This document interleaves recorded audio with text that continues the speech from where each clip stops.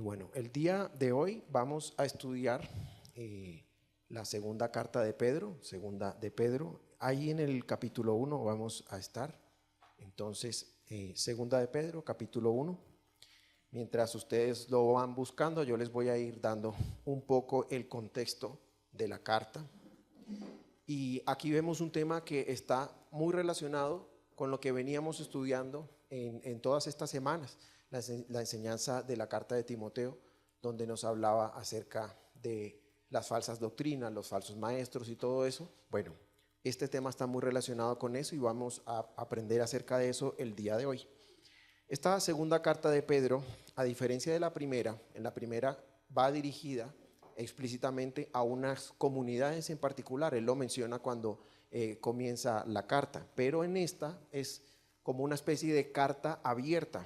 Él comienza diciendo: yo, Simón Pedro, esclavo y apóstol de Jesucristo, les escribo esta carta a ustedes que gozan de la misma preciosa fe que tenemos. Es decir, no está dirigida a una comunidad en particular, sino a aquellos que comparten o que gozan de la misma fe que todos tenemos. Yo estoy leyendo de la Nueva Traducción Viviente, si quieren seguirme en la Nueva Traducción Viviente o en la que ustedes prefieran, allí está.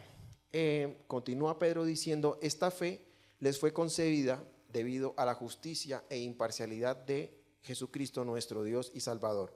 Y nos aclara que esa fe que todos compartimos, a quien va dirigido esto, es una fe que ha sido concedida. Es decir, como sabemos, no hemos hecho nada por esta fe, sino que es Dios quien nos ha dado esta fe.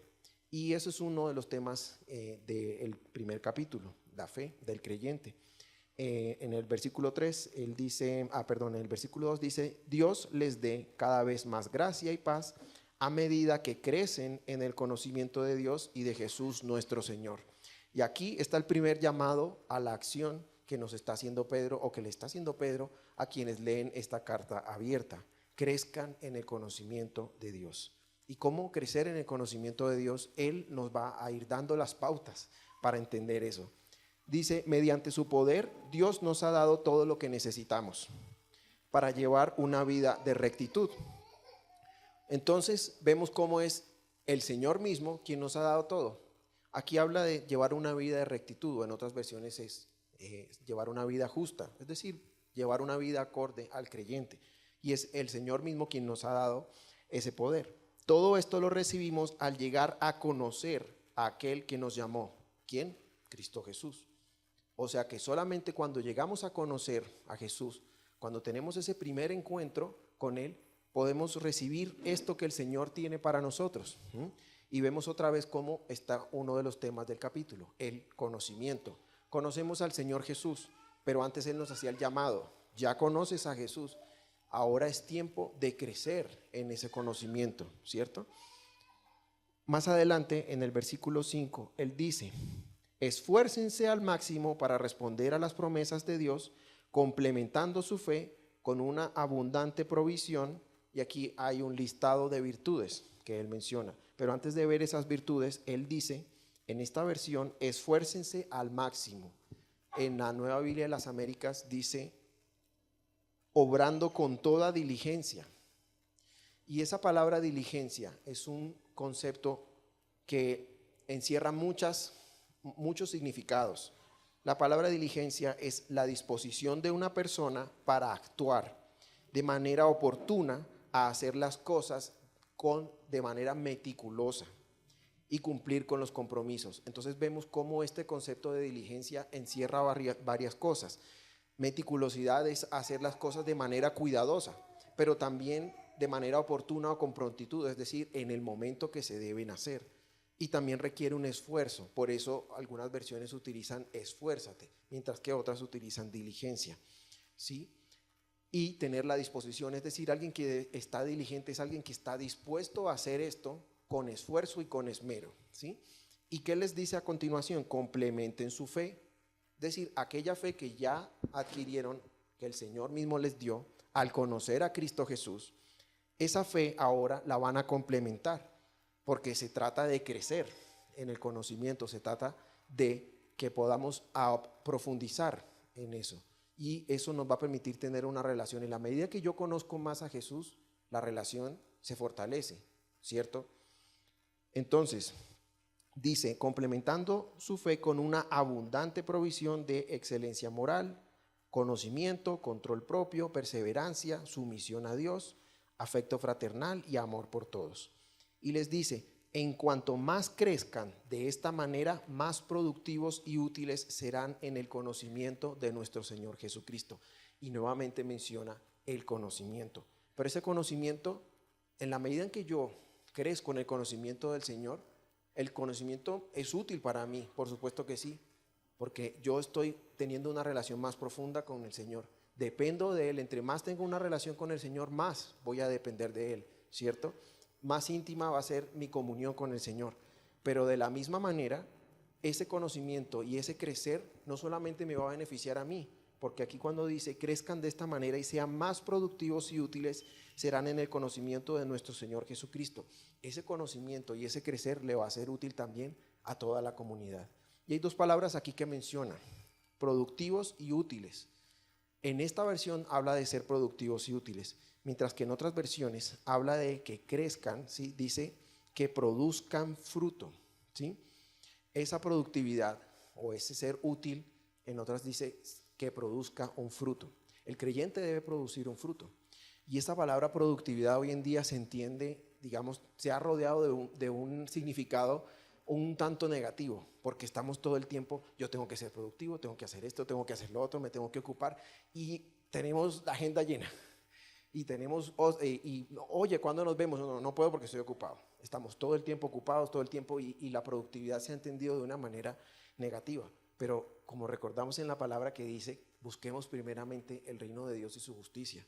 Esa productividad y ese dar fruto que vemos aquí es un fruto que debe ser útil para el creyente y para los que también compartimos esa fe maravillosa que el Señor nos ha dado, ¿sí? Incluso debe dar un fruto o debe ser útil para aquellos que aún no han adquirido esa fe, porque si no, ¿cómo la escucharían? ¿Cierto?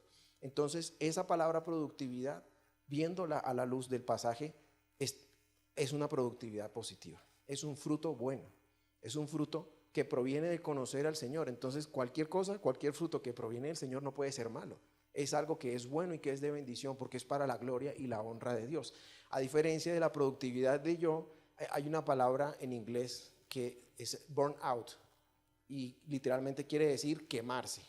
Y hoy en día la gente, es un síndrome que la gente dice estoy burn out, o sea, estoy quemado, ¿sí? Y también hay otro término que dice workaholic, que es una combinación de work y alcoholic. Entonces es como un adicto al trabajo, ¿sí? Y esa productividad, del ser 100% productivo y estar todo el tiempo ocupado en eso, esa no es a la que se refiere aquí la palabra, sino una productividad que produce un fruto, ¿sí? Pero que es para la honra del Señor. Y vamos a ser útiles de esa manera a los demás.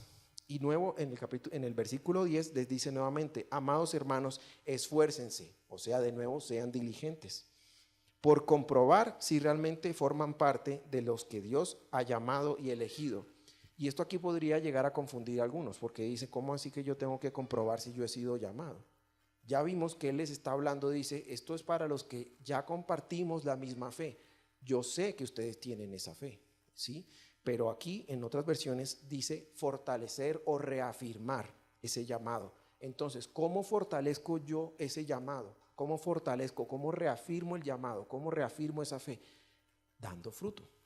El conocimiento que yo, en la medida que voy adquiriendo el conocimiento y fortalezco mi relación con el Señor, voy a dar un fruto que va a ser de beneficio para los demás. Voy a reafirmar mi llamado, voy a reafirmar mi fe. Voy a estar firme ahí en mi fe. Es lo que él menciona ahí. Y a continuación vamos a ver una parte del por qué él les está diciendo eso, o digamos, ya nos ha dicho lo que vamos a hacer, pero ahora nos va a profundizar un poco en el por qué vamos a hacer esto. Él les dice, por tanto, siempre recordaré todas estas cosas. Aquí hay otro llamado a la acción.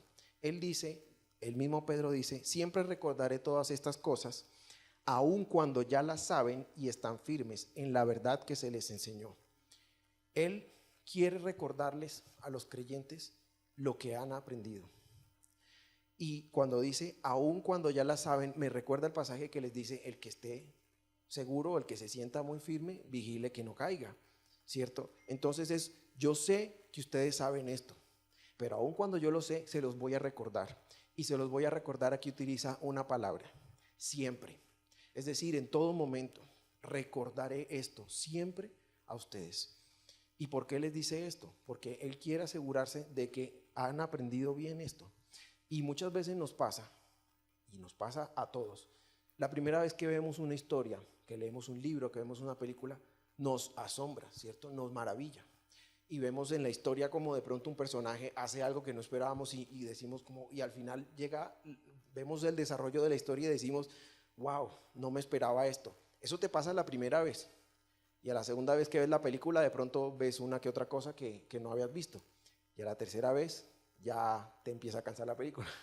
Y a la cuarta vez de pronto dices, no, ya me cansé, ya no quiero ver más la película. Antes en la televisión era ponían una película y la daban, y la daban, y la daban, y la daban. Ahorita uno en Netflix o en cualquier plataforma uno puede escoger lo que quiere ver, pero al final siempre nos va a pasar lo mismo, porque los seres humanos tenemos eso.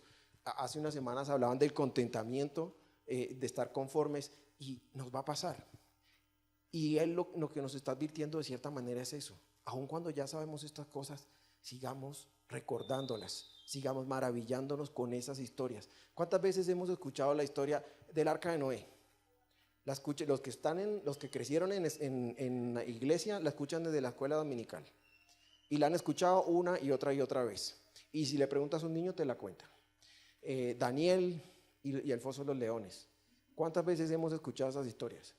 Y nos dejan en un punto, es como que perdemos la sensibilidad hacia la palabra, hacia lo que dice la palabra, ¿sí? Y eso es algo que no podemos permitirnos, porque así como dice, vigilen que no caigan, de esa misma manera seamos vigilantes, siempre recordemos esto, aun cuando ya sabemos que lo conocemos, porque es muy triste que a veces la palabra que es tan maravillosa de pronto pueda ser desdeñada, ¿cierto? Puede ser simplemente decir, esto que está aquí, esta verdad que está aquí, como les dice él, sea simplemente algo pasajero o algo que leo de manera, por decirlo, casual, cuando lo que tenemos aquí es la revelación de Dios. Entonces Él les dice, aun cuando ya lo saben, estén firmes en la verdad que se les enseñó. Y este otro concepto que está aquí es muy importante. Es tan importante la verdad que Jesús mismo les dijo, yo soy la verdad, yo soy el camino, la verdad y la vida. ¿Y por qué importa la verdad? ¿Por qué importa que recuerden la verdad? Porque esto es fundamental, ¿cierto? Hoy en día, por ejemplo, vemos cómo la verdad es atacada. Hoy vemos cómo se utiliza decir, no, es que esta es mi verdad y yo creo en esto, ¿sí? Pero esa relatividad, hay verdades que son subjetivas. ¿Qué quiere decir una verdad subjetiva? Que depende del sujeto. A una persona le pueden preguntar, ¿cuál es tu sabor de helado favorito? Y puede decir, mi helado favorito es el de vainilla. Y otro dirá, mi helado favorito es el de chocolate. Eso está bien, porque es una verdad que depende del sujeto, del gusto del sujeto, se acomoda al gusto del sujeto, ¿cierto? Pero si yo digo, los estudios o el informe de la Cámara de Comercio revela que el helado más vendido en Colombia en el año 2023 fue el de sabor de chocolate, vendiendo 100,000 unidades al año. Eso es una verdad objetiva. Y a mí puede que me guste el helado de vainilla, pero el que más vendió es el de chocolate. Entonces yo puedo decir, no, es que yo creo que el que más se vende es el de vainilla, pero no es lo que tú crees, no es lo que a ti te gusta, es lo que la realidad y la objetividad dice. El helado que más se vende es el de chocolate. ¿Sí? Hay verdades que son objetivas. Y cuando vemos aquí, cuando Jesús dice, yo soy el camino, la verdad y la vida, esa es una verdad subjetiva. Eso no es que si te gusta o no. Esa es una verdad que es objetiva, que está basada en un hecho real. Y Jesús lo está diciendo, ¿sí? Justamente porque Él está diciendo, esto que les estoy diciendo, que es la verdad, quiero que le presten atención. Porque ¿cómo podríamos ser indiferentes ante una afirmación de semejante tamaño? Cuando Jesús dice, yo soy la resurrección. Nadie viene al Padre si no es a través de mí. Es decir, el que cree en mí va a tener vida eterna. Todas estas afirmaciones tan poderosas del Señor, que son afirmaciones objetivas de verdad, pasarlas simplemente por alto o decir, no, pues a mí no me impactan. Y ese es el peligro. Y por eso les dice, aun cuando ustedes saben estas cosas, no se les olvide. Esto que les han enseñado, manténganse firmes en la verdad, en esa verdad.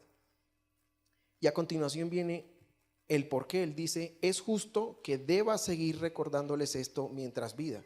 En esta versión dice, es justo que deba seguir. En la traducción del lenguaje actual dice, mientras yo viva, creo que es mi deber recordarles todo esto. Es un deber, ¿cierto? ¿Y por qué es un deber? Cuando él menciona el deber es algo que hacemos aun cuando no queremos hacer. Cuando estoy cansado, cuando ya no tengo, digamos, puede ser que un día me levanté y estoy desmotivado, pero aún así tengo que cumplir con mi deber, ¿sí? Y esto que él dice, debo recordarles esto porque es mi deber mientras viva. Se oye dramático. Mientras yo esté vivo, se oye como cuando dicen, mientras yo esté vivo, hay que hacer esto. No puedo dejar de hacer esto mientras yo esté vivo. Se oye un poco dramático y yo me diría, wow, ¿por qué eres tan dramático? Pues porque dice a continuación, nuestro Señor Jesucristo me ha mostrado que pronto tendré que partir de esta vida terrenal. Ok, ahora ya entiendo por qué Pedro está diciendo eso. Es porque Jesús le ha revelado que su tiempo en la tierra se está acabando. Y él siente la obligación, él siente el deber de recordarles y de asegurarse de que ellos han aprendido bien la palabra. ¿Por qué? Porque él ya no va a estar más en la tierra. Porque la primera generación de cristianos, aquellos que compartieron con el Señor, que vivieron con él, que vieron las obras que hizo, ya no va a estar. Ellos hacen parte de la primera generación y esa generación ya no va a estar. Entonces él quiere asegurarse que la generación que viene esté afirmada en la verdad, que recuerde estas cosas. Por eso les hace esos llamados a la acción. Recuerden estas cosas, recuerden la verdad que se les enseñó. Crezcan en el conocimiento del Señor, porque ustedes a partir de ahora tienen el deber, tienen la obligación de seguir compartiendo esto. Y Él ha sido encomendado para asegurarse de que eso que ellos están recibiendo, tiene que asegurarse que están compartiendo fielmente la palabra, la enseñanza. Veíamos hace unas semanas cómo estaban proliferando falsas doctrinas y falsos profetas, y por eso es la preocupación de Él. Y por eso le hace esta carta abierta a todos, a quien le llegue. Tan es así que la leemos hoy y este mensaje es tan contemporáneo como fue para ellos, que fue escrito para ellos, pero que a nosotros nos impacta también. Y Pedro dice, mi vida en este mundo se está acabando. Y él les dice en el siguiente versículo, así que me esforzaré, nuevamente voy a ser diligente, por asegurarme de que siempre recuerden estas cosas después de que me haya ido. Es decir, nuevamente nos invita a recordar eso porque se van a ir, esta primera generación se va a acabar y va a quedar el deber a la siguiente y la siguiente a la siguiente. Y si ellos no hubieran cumplido su deber, esa palabra no hubiera llegado a nosotros. Y tenemos que recordar, por ejemplo, nosotros hoy tenemos muchas facilidades. Yo puedo tomar hoy en día la aplicación de la Biblia en el celular y puedo leer 3, 4, 5 versiones en los idiomas que yo quiera, audiobiblia, Biblia narrada. Tenemos muchas versiones, ¿cierto? Pero en este momento de la historia, ellos no tenían esa facilidad y por eso había que echar mano de la memoria, había que recordar, había que tratar de ser fieles y entender el mensaje de manera correcta. Y es muy curioso cómo a veces se habla que la palabra impacta. La palabra tiene poder, dice la misma palabra. Y no solamente tiene poder, sino que incluso nos transforma. No solamente nuestro espíritu, sino nuestro propio cuerpo. ¿De qué manera? Cuando el cerebro va a aprender algo, él utiliza las neuronas. Es un proceso que aplica cuando aprendemos alguna habilidad. Y en la medida que practicamos o en la medida que estamos, de manera constante usando esa habilidad, el cerebro empieza a reclutar más neuronas y empieza a reclutar más neuronas y esa habilidad se empieza a fortalecer. Y hay cosas que nosotros hacemos de manera automática. No necesitamos, yo no necesito pensar, voy a respirar porque si no me morí porque se me olvidó respirar, ¿cierto? No, hay cosas que hacemos de manera automática, pero hay cosas que requieren un esfuerzo, una diligencia, para que no se nos olvide hacerlas.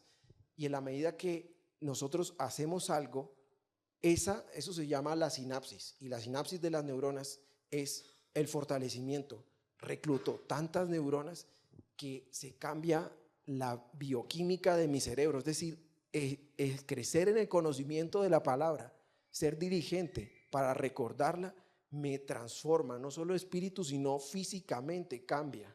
Y por eso vemos que a veces viene a la mente casi que en automático un pasaje. Es eso, es esa obra que ha hecho el Señor en nosotros y que es un deber como creyentes en hacerla. Y aquí viene una parte muy importante. Ya nos ha dicho lo que debemos hacer y nos ha dicho por qué tiene urgencia en que lo hagamos. Y ahora nos va a dar una razón muy poderosa de por qué este mensaje es verdad. Pedro dice, no estábamos inventando cuentos ingeniosos, pues cuando les hablamos de la poderosa venida de nuestro Señor Jesucristo, nosotros vimos su majestuoso esplendor con nuestros propios ojos. Aquí habla en plural. Él no está diciendo yo vi esto y yo vi aquello. Él dice, no estábamos inventando cuentos. Lo primero que les dice es, esta verdad que ustedes han creído no es una fábula, no es una historia, no es un cuento maravilloso, sino que esto es real. Y vemos cómo, por ejemplo, ese argumento se utiliza hoy en día cuando dicen, no, Cristo era un maestro maravilloso, era un hombre sabio, ¿sí?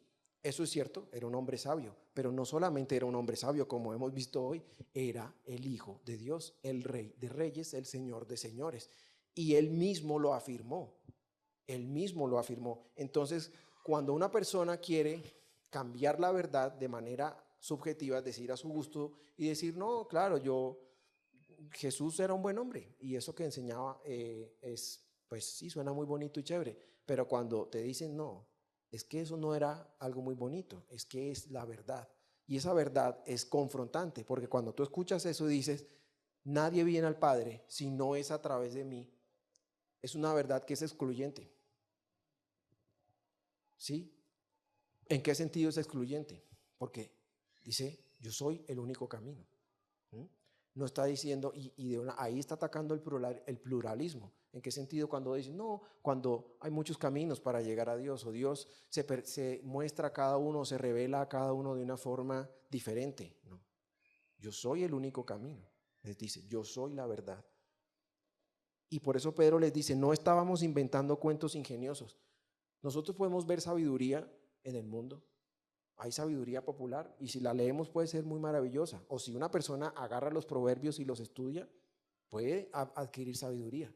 Pero eso no es el conocimiento del Señor, sino tener confianza en Él. Por eso les dice al comienzo, la misma fe gozosa, esa misma fe preciosa que tenemos, esa fe es confianza en el Señor Jesús. No es solamente una sabiduría o un conocimiento que me va a servir para vivir una vida moralmente correcta o justa. Y ahí a continuación Él les dice, les hablamos de la poderosa venida de nuestro Señor Jesucristo. Nosotros vimos su majestuoso esplendor con nuestros propios ojos. ¿Qué está diciendo ahí? Yo soy un testigo ocular. Yo soy un testigo de eso que ocurrió. Estoy dando testimonio. Y no solamente soy yo, sino que somos nosotros, varios. Y si quieren, vayan y pregunten. Es una afirmación que implica que él está seguro de lo que está diciendo y que son varios los testigos, no solamente uno o dos. Incluso en la palabra vemos cuando se hace, mira, si hay una afirmación, tienes uno o dos testigos y el testigo es importante porque de esa manera se comprueba algo. Y un hecho milagroso o maravilloso puede impactar y puede llevar a alguien a decir esto es difícil de creer, pero Él les está diciendo, tenemos los testigos. Somos testigos, lo vimos con nuestros propios ojos cuando Él recibió honor y gloria de parte de Dios Padre. Y a partir de en este momento, Él va a citar en Mateo 17:4. Si quieren podemos ir allí al pasaje en Mateo 17:4. Mateo 17:4 dice, Pedro exclamó, Señor, es maravilloso que estemos aquí. Si deseas, haré 3 enramadas como recordatorios, una para ti, una para Moisés y la otra para Elías. No había terminado de hablar, es decir, él estaba hablando y de repente algo lo interrumpió. ¿Qué lo interrumpió? Dice, no había terminado de hablar cuando una nube brillante los cubrió y desde la nube una voz dijo, este es mi hijo amado, quien me da gran gozo, escúchenlo a él. En otros pasajes dice, este es mi hijo amado en quien tengo complacencia, ¿cierto? Ese lo recuerdan más. Y eso lo está citando aquí tal cual. Él dice, la voz majestuosa, la gloria de Dios le dijo, este es mi hijo amado en quien me da gran gozo. Él está citando esta porción de la escritura, porque él estuvo ahí. Él dijo eso, él estaba ahí cuando él estaban diciendo y de repente lo interrumpió la nube, ¿sí? Él estuvo ahí. Y dice, nosotros mismos oímos aquella voz del cielo cuando estuvimos con él en el Monte Santo. Y nuevamente él se está refiriendo y dice, nosotros fuimos testigos de esta obra maravillosa del Señor. Finalmente él empieza a completar, dice, debido a esta experiencia, ahora confiamos aún más en el mensaje que proclamaron los profetas. Y esto confronta a muchas personas, porque dicen, no, pues Pedro tuvo una experiencia, Pedro convivió con el Señor, Pedro vio todo esto, para él era fácil creer, para él era fácil decir, y esta es la verdad que le hemos enseñado, ¿cierto? Pero la siguiente generación no iba a tener tan fácil esa posibilidad, digamos. Y algunos dicen, no hay nada que pueda convencerme de que Dios existe. Y me recuerda el proverbio, me recuerdan la palabra cuando dice, o sea, creo que es Eclesiastés, donde dice, el necio dice, en su corazón no hay Dios, ¿cierto? Y dicen, no, es que no hay ninguna prueba, no hay ningún hecho que pueda llegar a convencerme de la existencia de Dios. Y eso es necedad, porque es haber llegado a una conclusión antes de llegar. O sea, yo estoy completamente cerrado a la posibilidad. Yo estoy diciendo, no, eso no es cierto. Pero ¿cómo puedes saberlo? ¿No eres lo suficientemente humilde como para saberlo? ¿O tú tienes todo el conocimiento? Es un poco eso. Y por eso la palabra dice que es un necio, que en su corazón no quiere aceptar. Y cuando dice, debido a esta experiencia, ahora confiamos aún más en el mensaje que proclamaron los profetas. Y me recuerda también una esperanza que nos da la palabra. El Señor mismo nos dice, bienaventurado, como decíamos ahora, ¿quién es bienaventurado? Somos bienaventurados, porque aún sin haber visto podemos creer. Porque esa fe preciosa nos la ha dado el Señor. Es una fe que no proviene de haber visto una experiencia, no es una fe que proviene de haber tenido una experiencia sobrenatural, que puede que a alguna persona le pueda suceder una revelación de ese tipo. Pero el Señor es quien nos ha dado esa fe preciosa. Dice, ustedes deben prestar mucha atención a lo que ellos escribieron, porque sus palabras son como una lámpara que brilla en un lugar oscuro, hasta que el día amanezca y Cristo, la estrella de la mañana, brille en el corazón de ustedes. Cuando el Señor dijo, yo soy la luz del mundo, el que viene a mí no andará en tinieblas, está diciendo, yo soy el que los guía. Ustedes tenían un velo, pero ahora pueden ver. El mundo está en tinieblas, pero ahora tienen la luz del mundo. La lámpara que brilla en un lugar oscuro hasta que el día amanezca. Y dice una esperanza. Va a llegar un día en que la lámpara ya no va a solamente ser para nosotros, sino que Cristo va a iluminar todo ese mundo de tinieblas. Y por eso les dice, presten mucha atención a la Escritura.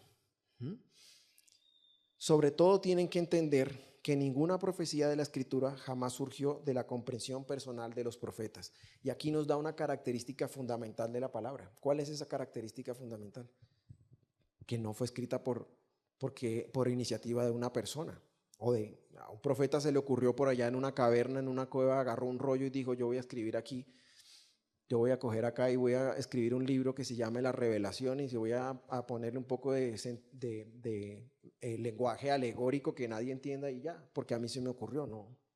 O en Isaías, cuando están las profecías acerca de la venida del Señor, no, yo voy a poner esto y a mí se me ocurrió y listo. No, él está diciendo, la Escritura jamás surgió de la comprensión personal de los profetas y no fue por iniciativa humana. Es decir, a ninguno le nació, venga, yo voy a escribir esto, yo voy a hacer esto otro, no. Al contrario, fue el Espíritu Santo. El Espíritu Santo quien impulsó a los profetas y ellos hablaron de parte de Dios. ¿De parte de quién hablaron? De parte de Dios. ¿Y quién los impulsó? ¿Quién puso la iniciativa? Fue el Espíritu Santo. Dios los utilizó para que escribieran esto, para darnos la escritura. Y ahí nos muestra una característica fundamental, que la escritura es inspirada por Dios, que es revelación que proviene única y exclusivamente del Señor y no de los hombres. Y con eso termina el primer capítulo de la segunda carta de Pedro, donde hay varios llamados a la acción. Lo primero que él nos dice es: crezcan en el conocimiento de Dios y de Jesús. Esfuércense y sean diligentes por hacer estas cosas. Complementen su fe o añádanle a su fe conocimiento, ¿sí? Sean productivos y útiles, o sea, den fruto. Recuerden lo que se les enseñó. Manténganse firmes en la verdad y cumplan con su deber. Y si quieren ponerle un nombre a esta enseñanza, yo le pondría ese nombre: el deber del creyente, porque es nuestro deber hacer todo esto, pero lo hacemos no para darnos la gloria, no para que la gente diga: mira tú todo el conocimiento que tiene, o para debatir con alguien allí en el mundo, sino para que demos fruto. Y cualquiera podría pensar: no, pero yo ¿cómo podría dar fruto de esa manera? El Señor es el único que sabe la forma en la que te va a usar para que es el fruto. Allí, ya sea en tu casa, porque algunos en su propia familia tienen a quienes no conocen y quienes les van a pedir, les van a preguntar acerca de su fe, o en el trabajo, en la universidad. Todo eso va a ser para la gloria y la honra del Señor. Ese fruto, esa productividad va a ser para Él. Por eso les hace ese llamado. Y por eso es un llamado para nosotros como creyentes, así como aquellos creyentes que tenían todo para perder, porque estaban en una posición difícil. Aquí en este momento había persecución en los cristianos. Había persecución y muerte para quienes compartían esto. Porque para un cristiano decir: no, Jesús es mi Señor y no el César es mi Señor, podía representar morir en el Coliseo, morir encarcelado. A nosotros de momento no nos toca eso. Pero ellos estaban dispuestos a morir porque tenían firmeza, o estaban firmes en la verdad. A Pedro, ¿de qué le servía defender algo que era mentira? ¿Qué ganaba? No estaba ganando nada. Se estaba ganando enemigos y persecución. ¿Quién se quiere ganar eso? No creo que aquí alguien se quiera ganar persecución y enemigos. Él no tenía ningún motivo para defender con su vida y arriesgar su vida y ponerse al punto de morir para defender una mentira. Pero si lo hacía es porque su motivación era que él sabía que esto era la verdad y que esa verdad era tan preciosa y tan confrontante que valía la pena morir por ella. Ese es el deber del creyente. Y estos llamados a la acción, por supuesto que de ninguna manera son impuestos en el sentido de que esto no es un mandamiento, no es una ley, y tampoco se trata de poner carga sobre los otros, porque cada quien encuentra la estrategia para hacerlo. Oh, yo leo un versículo al día, yo leo un capítulo al día. El año pasado, en la congregación, algunos hermanos hicieron un grupo de WhatsApp y tomaron la iniciativa de leer la Biblia en un año, ¿sí? Y lo cumplieron. Y este año están haciéndolo de nuevo y van ya pronto a terminar la segunda lectura de la palabra. Entonces mira cómo hay estrategias, es decir, tal vez a mí me cuesta solo, voy a unirme a un grupo, pero toda la estrategia que te funcione, porque lo que funciona para mí de pronto no funciona para los demás, pero lo que sí sabemos es que es un deber. Encuentra la manera, encuentra la forma, porque el deber hay que cumplirlo. Cuando el deber llama, uno tiene que acudir. ¿Y es difícil? Claro que sí, y a veces uno le va a costar, pero pensando en la preciosa esperanza, pensando en la verdad, digo, ¿vale la pena hacer el esfuerzo de cumplir ese deber? Yo creo que sí lo vale. Y si ellos estaban dispuestos a morir, a nosotros no se nos está exigiendo que tenemos que morir. Entonces a veces pienso como que mira, lo poco que se nos exige y parece que necesitáramos que nos presionaran para que diéramos más. Y de nuevo, esto es algo que nos cuesta a todos nos cuesta, pero es nuestro deber. El deber se hace aún a pesar de que no tengamos ganas de hacerlo. Encuentren la manera, la estrategia, hemos visto, nada, me sirve más escucharla. No sé leer, anímate, aprende a leer y aprendes a leer la palabra después.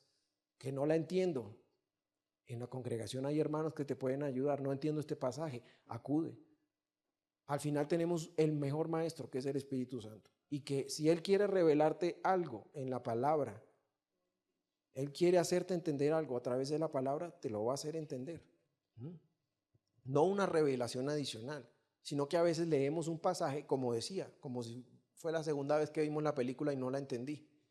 Y leí el pasaje la tercera vez y el Espíritu hizo clic, porque estaba en un momento de la vida diferente, porque estaba pasando por algo y de repente el Espíritu me reveló esto, es lo que dice este pasaje y cómo te impacta a ti en tu vida.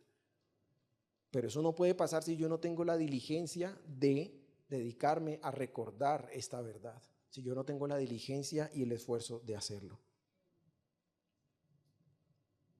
Y con eso, mis hermanos, hemos terminado. Espero que esta enseñanza los motive, los lleve a ser diligentes y a recordar estos llamados a la acción. Seamos hacedores de la palabra, como dice la palabra, no solo oidores, sino que pongámosla en práctica. ¿Es difícil? Sí, pero busquemos la estrategia y la manera en la que cada uno pueda cumplir con el deber del creyente.